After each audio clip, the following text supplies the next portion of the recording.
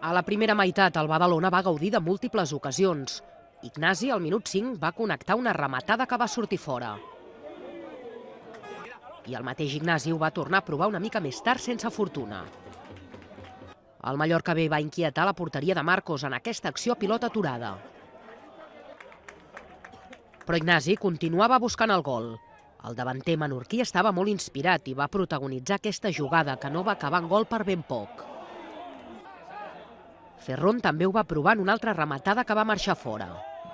La darrera ocasió de la primera part la va tenir Xavi Pellegrí quan va xutar una falta molt a prop del pal de la porteria de Felipe. A la segona meitat es va viure un duel molt més equilibrat. Fins i tot es va trencar al mig del camp i el partit es va tornar boig per moments. Els balears van disposar d'una clara opció.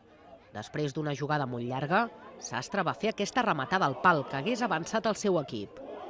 L'entrada de Pugui i Goicoechea va dinamitzar el joc dels de Manolo Márquez. En una rematada de Goico es va reclamar penal per unes possibles mans d'un defensa del Mallorca.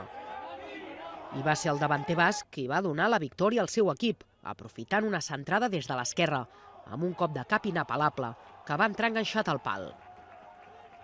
El Badalona va saber administrar la renda fins al final i els 3 punts es van quedar a casa per seguir vius com a mínim una setmana més.